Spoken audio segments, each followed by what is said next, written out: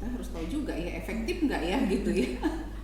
Itu kan cukup sensitif sebenarnya Bu, datang Iya. ini anaknya dia yang ngepel kamarnya, anaknya yang sikat kamar mandi gitu.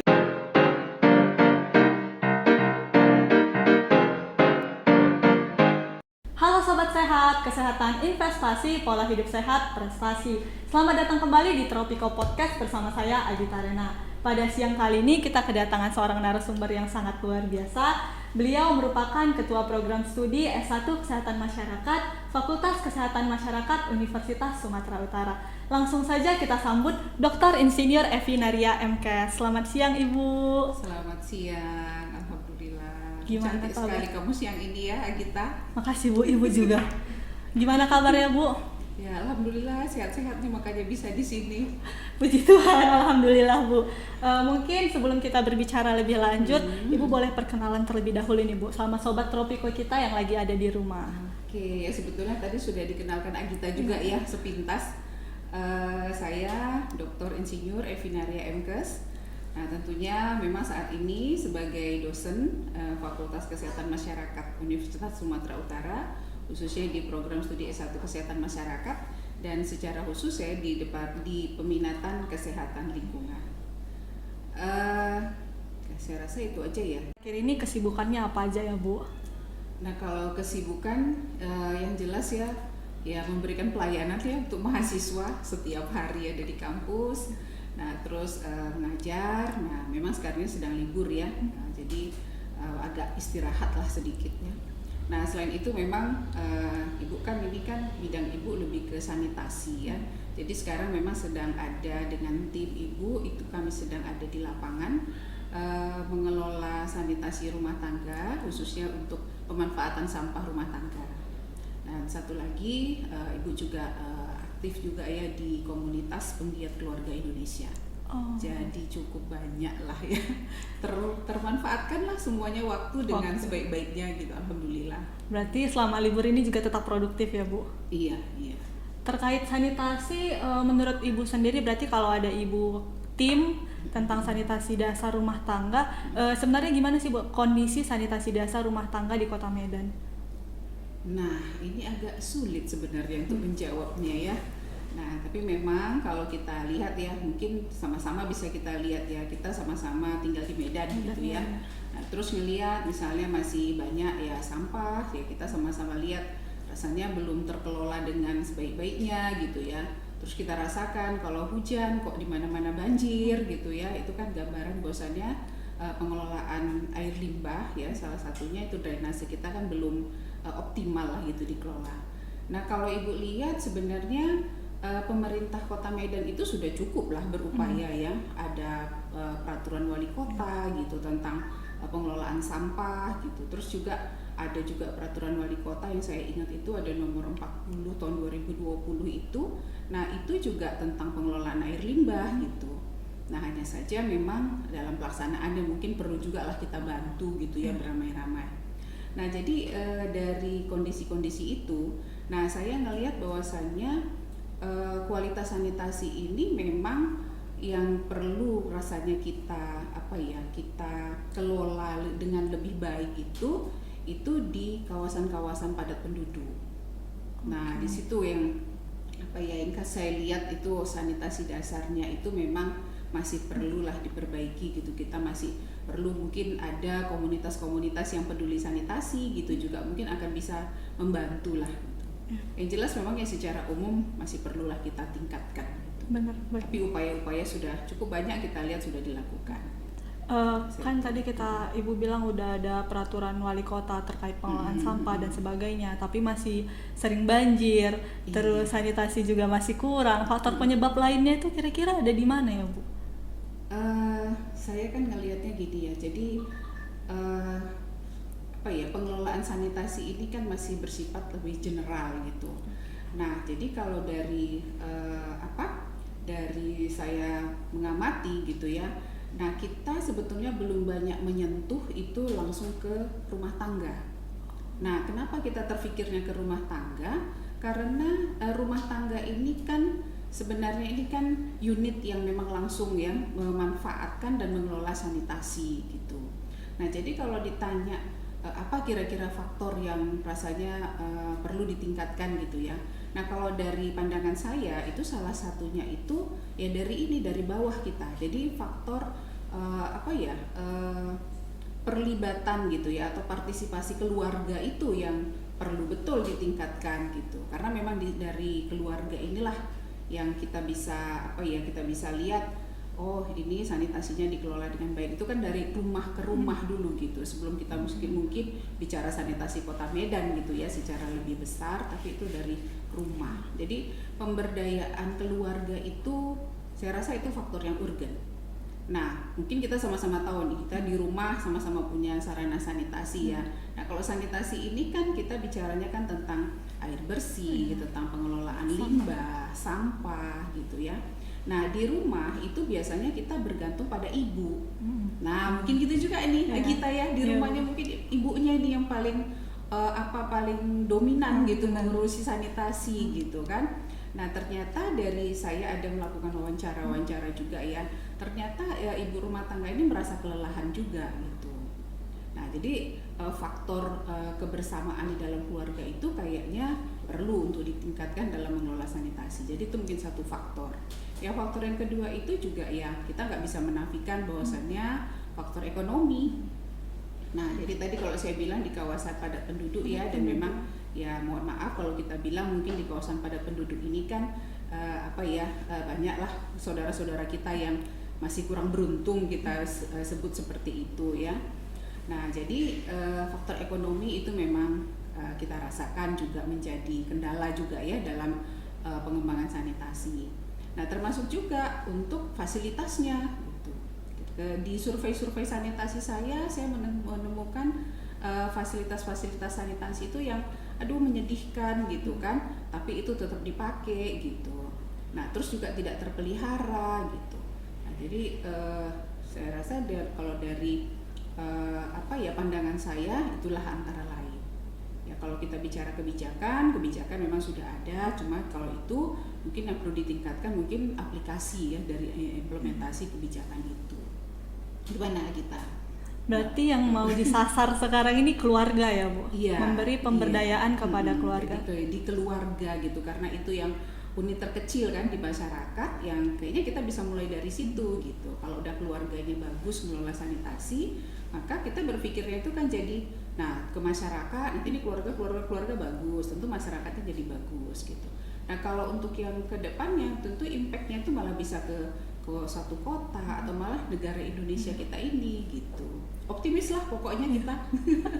Berarti ini sebenarnya Ibu dan tim ada melakukan pemberdayaan keluarga atau mau dirancang atau sedang berjalan? Sebenarnya saya beberapa tahun belakangan ini saya itu membuat kajian-kajian tentang sanitasi yang berbasis keluarga. Jadi udah ya mungkin ada sekitar 5 tahun kali ya itu saya membuat kajian-kajian, dan saya melihat bahwasanya jadi keluarga ini entry point yang sangat potensial gitu kalau kita ingin melakukan peningkatan sanitasi. Nah jadi seperti itu yang saya lihat. Jadi di situ kan jadi kalau dari ini mungkin saya kaitkan ya dengan hasil kajian saya gitu ya. Jadi kita menemukan ternyata pemberdayaan keluarga itu saya namakan memang di temuan saya itu pemberdayaan keluarga secara partisipatif gitu. Nah jadi dengan pemberdayaan keluarga partisipatif ini kita ini kan mengajak nih semua anggota keluarga, tapi kita nggak memaksa gitu. Jadi kita datang ke keluarga gitu ya, kita ajak ya keliling nih di rumahnya gitu kan, ngelihat ini air bersihnya kayak apa, yuk kita lihat ibu bapak gitu kan, terus juga jambannya kayak apa gitu. Nah setelah itu kita diskusikan di rumah itu, terus kita tanya gitu, ini kalau menurut bapak ibu bisa nggak kita perbaiki sanitasi kita di rumah ini.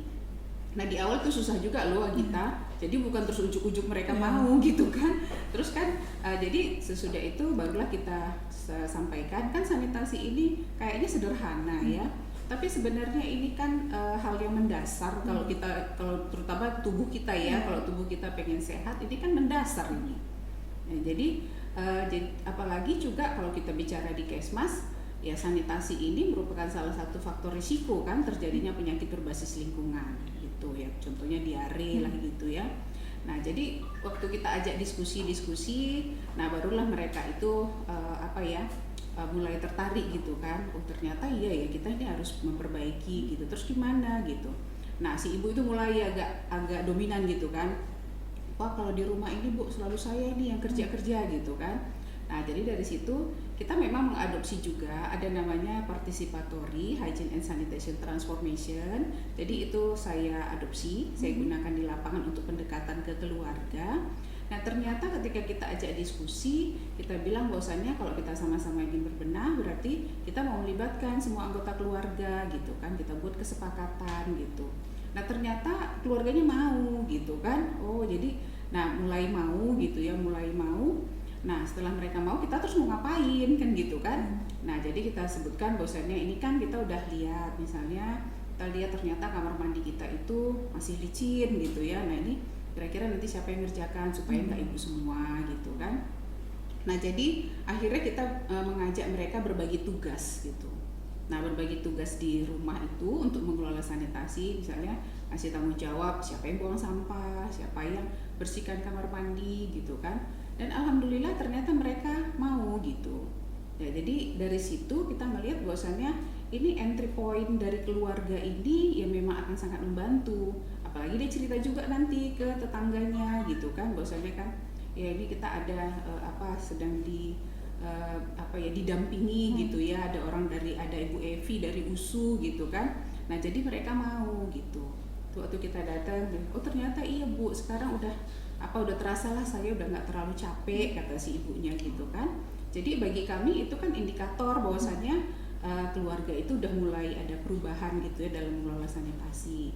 Dan hal yang menggembirakan itu ketika setelah beberapa waktu berjalan itu kan kita kan nggak setiap hari juga melihat mereka gitu kan, tapi mulai ada perubahan. Jadi kita itu kalau ke rumah masyarakat kita pura-pura mau numpang ke kamar kecil gitu kan, gitu strateginya. Nah, jadi kita numpang ke kamar kecil karena pengen tahu kan gimana kualitas kamar mandinya. Nah di situ kelihatan kan, oh sekarang udah lebih bersih gitu kan. Terus tadi yang misalnya hal-hal kecil ya kayaknya, tapi itu sangat memberikan kontribusi yang lumayan signifikan gitu untuk sanitasi. Contoh kecil lah gitu ya, misalnya kalau kita di Medan kan istilahnya ada gayung ya. Nah gayung itu kan, itu kita banyak temukan di rumah tangga itu gayungnya itu berlumut gitu. Nah jadi kan ini kan nggak jadi perhatian gitu kan. Nah setelah kita deketin, nah kenapa kita ngeliat itu suatu hal yang ini kayaknya kok berlumut ya gitu. Nah itu kan faktor risiko gitu, karena di situ kan bisa ada mikroorganisme. Dia mau mandi, mau misalnya berkumur gitu, tapi dengan gayung yang kotor gitu kan, dan mikroorganisme di situ bisa hidup gitu. Nah dan itu yang kita pikirkan gitu kan. Nah ternyata setelah beberapa waktu itu berjalan, kita datang lagi, itu gayungnya udah bersih. Oh senang tuh kita kalau udah kayak gitu, senang di lapangan kan. Oh ini udah berarti ada perubahan. Jadi perubahan-perubahan kecil itu pun kita catat gitu ya.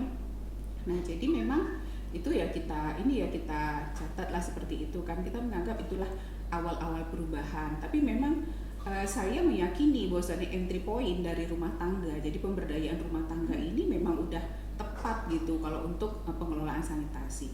Atau mungkin bisa juga untuk hal-hal yang lain gitu ya di dalam mengelola kesehatan di rumah. Nah itulah kira-kira kita itu pengalaman kami yang luar biasa juga di lapangan. Kalau dari yang saya tangkap sebenarnya ini hal sederhana tapi sangat kompleks sih Bu, karena gimana ibu memberi edukasi masuk ke dalam keluarga gitu, membantu ibu dalam membagi tugas, itu kan cukup sensitif sebenarnya Bu. Datang ini anaknya dia yang ngepel kamarnya, anaknya yang sikat kamar mandi gitu kan. Iya. Jadi ya itu tadi Bu bilang kan di awal itu memang mereka agak kaget gitu ya, agak kaget. Terus kan memang pendekatannya kadang-kadang kan, loh emang mau ibunya sakit, kan ada juga kita bilang gitu kan. Terus kan mungkin pernah juga ya ada kita ketemu keluarga yang ibunya itu pernah sakit gitu ya, terus dia nggak mau lagi lah kalau mau sempat ibunya sakit gitu. Jadi memang bisa berjalan gitu. Berarti ini sudah berjalan dari beberapa tahun yang lalu ya Bu? Iya, jadi itu saya lakukan itu sebenarnya di tahun 2019-2020. Dan 2009. sampai sekarang saya itu sesekali saya masih datang, Masih ke follow up rumah. lokasi Iya, ya, Bu, ya? ngeliat gitu Iya. kan.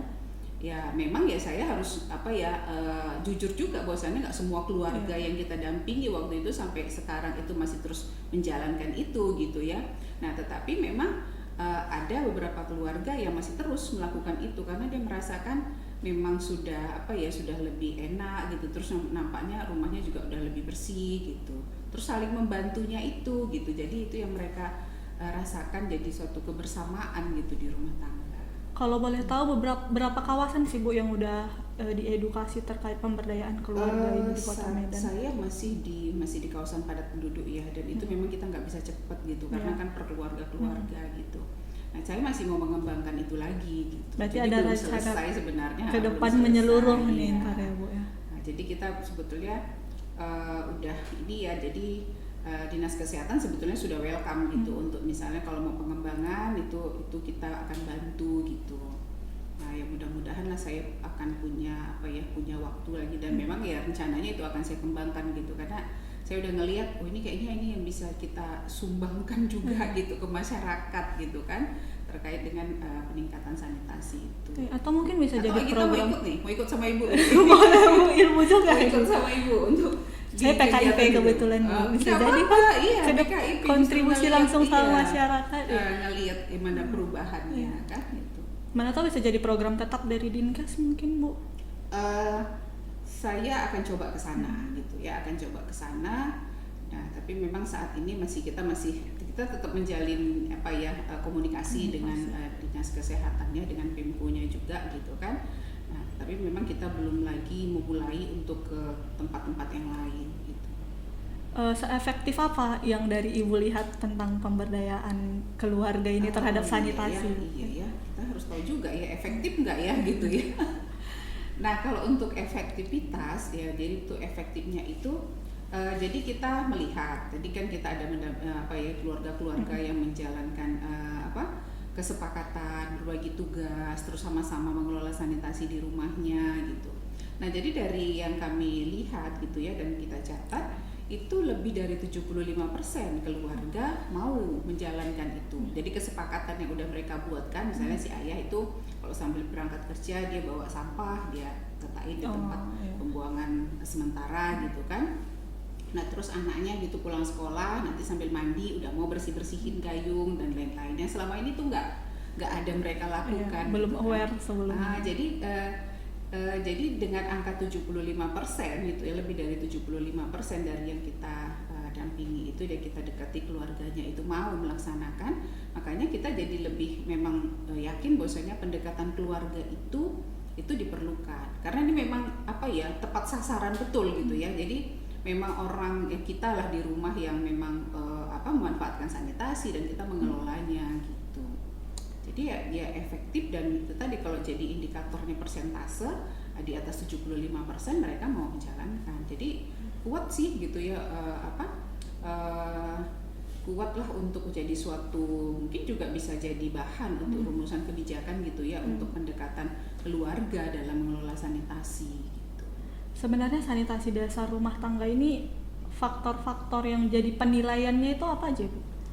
Nah, jadi kalau sanitasi dasar itu tadi kan kita sudah sampaikan itu kan yang hal-hal yang mendasar ya. Jadi itu pengelolaan air bersih. Jadi di situ kita lihat misalnya apakah tempat penampungan airnya itu sering bersih atau enggak gitu. Jadi kita bisa lihat misalnya di situ enggak ada jentik-jentik, terus juga dinding misalnya, kalau kita kan di Medan banyak yang punya bak gitu ya, bak mandi gitu kan, atau wadah penampung air. Nah itu dia licin nggak sih di dalamnya itu gitu.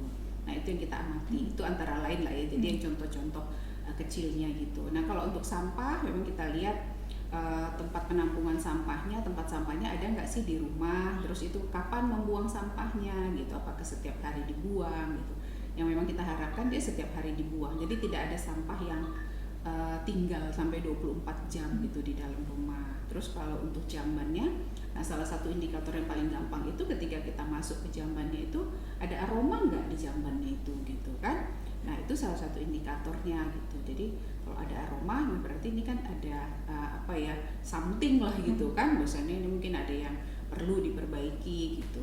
Dan satu lagi itu untuk air limbah rumah tangga. Nah kalau air limbah rumah tangga ini kita lihat ini punya saluran yang tertutup kah, terus mengalir lancar nggak nih limbahnya, menggenang nggak di sekitar rumahnya gitu. Nah jadi kan kayaknya hal-hal kecil kan, sepele karena kita kan, tapi ternyata itu kita jumpai banyak yang tidak melakukan itu gitu. Jadi memang masih perlulah kita membantu masyarakat untuk memperbaiki itu. Tadi kan kita ada bahas tentang ini kan Bu, faktor penyebabnya itu yang kedua ada faktor ekonomi. Terus kita lihat sanitasi dasar tadi Bu bahas juga terkait jamban. Kepadatan penduduk kemungkinan besar jambannya ada masalah gitu. Iya. Itu gimana nih Bu Ibu mengatasinya? Nah, itu memang kita temukan ya. Jadi jamban yang sangat sederhana itu kita temukan, misalnya dia hanya punya 2 batu gitu ya di kamar mandinya untuk tempat jongkok, itu kita temukan. Nah jadi terus gimana gitu, ada juga tuh dapat di lapangan kan, dia bilang, Bu kalau misalnya duit kami banyak, nanti kami Bu buat yang kayak di hotel itu Bu. Nah kan gitu kan. Jadi ya oke ya kalau seperti itu mudah-mudahan ya Bu, nanti kalau udah sehat nih rezekinya bagus bisa buat yang kayak gitu. Tapi Bu sementara ininya punya kita Bu, nah kan gitu kita. Jadi paling tidak bersih gitu. Jadi yang kita minta paling tidak bersih gitu. Karena udahlah sangat sederhana, itu kotor gitu. Nah jadi di level awal peningkatan sanitasi di rumah tangga itu di pemeliharaannya gitu. Jadi bukan di fasilitasnya gitu. Jadi bukan fasilitasnya yang kita harus perbaiki. Jadi kalau tadinya itu WC-nya itu cuma 2 bilah batu gitu ya, terus nanti kita datang kita kasih WC, kita juga nggak sanggup kayak gitu kan. Nah tapi minimal pertama itu pemeliharaan. Jadi bersih dan dia itu juga